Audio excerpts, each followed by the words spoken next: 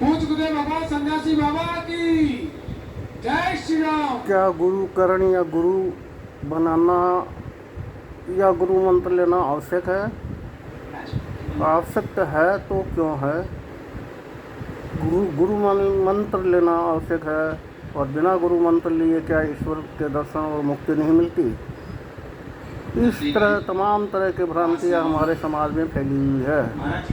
प्रत्येक मानव के मन में इस प्रश्न को लेकर विचारों का सिलसिला लगातार चलता रहता है और सोचता है किसे गुरु बनाए और किसे नहीं। इस प्रश्न का उत्तर बहुत से लोग खोजते रहते हैं। आजकल मार्केट में तथाकथित गुरुओं की बाढ़ आई हुई है। प्रत्येक गुरु के यहाँ, चाहे वह लोकल हो या प्रसिद्ध गुरु हो, फॉलोअर की संख्या लाखों में है। इनमें बहुत से गुरु सिद्ध गुरु भी है, लेकिन इंसान कैसे जाने कौन गुरु बनने लायक है या बनाने लायक है और कौन नहीं, ये निर्णय करना बहुत कठिन है। जिससे पिता को बीमारी व पागलों जैसी स्थिति बनी हुई है, दिमाग लॉक। 2008 में प्रथम बार प्रयोग किया गया है, उसके बाद 2014 में दूसरी बार प्रयोग किया गया है। 2014 वाला ज्यादा खतरनाक है, डॉक्टर की समझ से बाहर है। कभी ब्रेन की दिक्कत बताते हैं, कभी ब्लॉकेज बताते हैं, कभी माइंड में ब्रेन विस्फोट बताते हैं। उसके बाद भी औषधि में केवल नींद की गोली काम करती है, बाकी ज्यों के त्यों रहते हैं। ऐसी अर्जी लेकर के आप दरबार में आए हुए हैं। तंत्र कटेगा, कृपा होएगी, मुसलमानी क्रिया है, गंदी विद्या की गई, रात को गंदे स्वप्न भी आते हैं, घर में भयावह। लेकिन आम इंसान कैसे जाने कि गुरु कौन बनाने लायक है और कौन नहीं? ये निर्णय करना बहुत कठिन हो जाता है। जहाँ देखो गुरु कानों में मंत्र पूछते रहते हैं।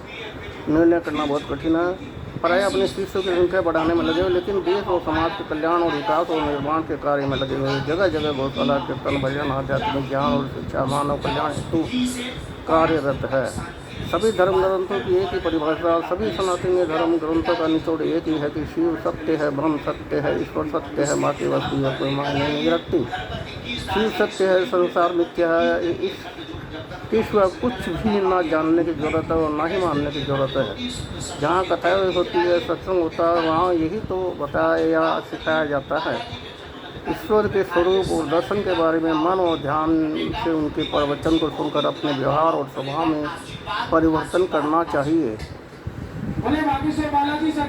कुछ गुरु अपने आप को ईश्वर या भगवान कहते हैं। वे सच कहते हैं। जब कण में, ब्रह्मांड में सर्वत्र व्याप्त है, ईश्वर सर्वत्र व्याप्त है, तो ईश्वर तो वे भी है। प्रत्येक उपस्थित श्रोतागण भी ईश्वर है और प्रभु की माया से आच्छादित है। और प्रभु की माया से तो पूरा संसार मायामय है और जन्म मरण के चक्कर में आता है, जाता है और फिर आता है। इससे छुटकारा चाहिए तो पाप पुण्य, शुभ अशुभ कर्म फल उन्हें ही अर्पित कर दीजिए और हमेशा ये चेष्टा कीजिए, सत्य ब्रह्म सत्य, जगत मिथ्या, ईश्वर ही सत्य है। संसार जो है, जो संसार जगत है, जो मिथ्या है, एक कालांतर्गत है। एक दिन ये मिट जाएगा, हम सब मिट जाएंगे। आगे भी लोग सब मिट गए और आने वाली पीढ़ियाँ भी मिटेगी, वर्तमान पीढ़ियाँ भी मिटेगी। इस संसार में जो भी वस्तु दृश्यमान है उनका नष्ट होना अवश्यंभावी है। चाहे सूर्य हो, चंद्रमा हो, निहारिकाएँ हो, आकाश गंगाएँ हो, सब कुछ का एक समय के अंतर्गत आता है और उन्हें मिट जाना ही होगा। एक ब्रह्म ही सत्य है। सब कुछ मिट जाने के बाद भी पूरा ब्रह्मांड मिट कर सिमट जाता है और परमात्मा में प्रवेश पा जाता है और एक समय के अंतराल के बाद फिर नई सृष्टि और नए युग का आरंभ होता है। इसी प्रकार ये चक्र सिस्टम चलते आ रहा है और चलते रहेगा। तो हमें गुरु बनाने की आवश्यकता है भी या नहीं, इस प्रश्न का उत्तर तो हम यही दे सकते हैं। गुरुओं के गुरुदेव भगवान भोलेनाथ, महादेव, आशुतोष, ये जो है गुरुओं के भी गुरु है। आप उन्हें ही अपना गुरु मानिए और जगह जगह भी ये जो कीर्तन, भजन, और ये जो प्रोग्राम रखे जाते हैं लाखों की भीड़ हो जाती है, उसमें कई तरह की घटनाएं भी हो जाती है, उसमें लोग मारे भी जाते हैं। तो मेरा तो यही कहना है, घर बैठे राम राम जपिए, भगवान का ध्यान कीजिए।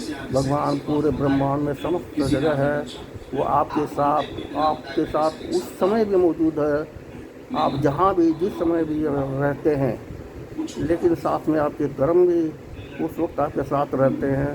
तो सत्कर्म कीजिए और ईश्वर पे भरोसा कीजिए। ये मेरे कहने से मत कीजिए, स्वयं के अनुभव से इसे विश्वास में लाइए और धीरे धीरे इसमें आपके विचारों में परिवर्तन अवश्य आएगा। ये मेरी प्रभु से प्रार्थना है। जय श्री राम।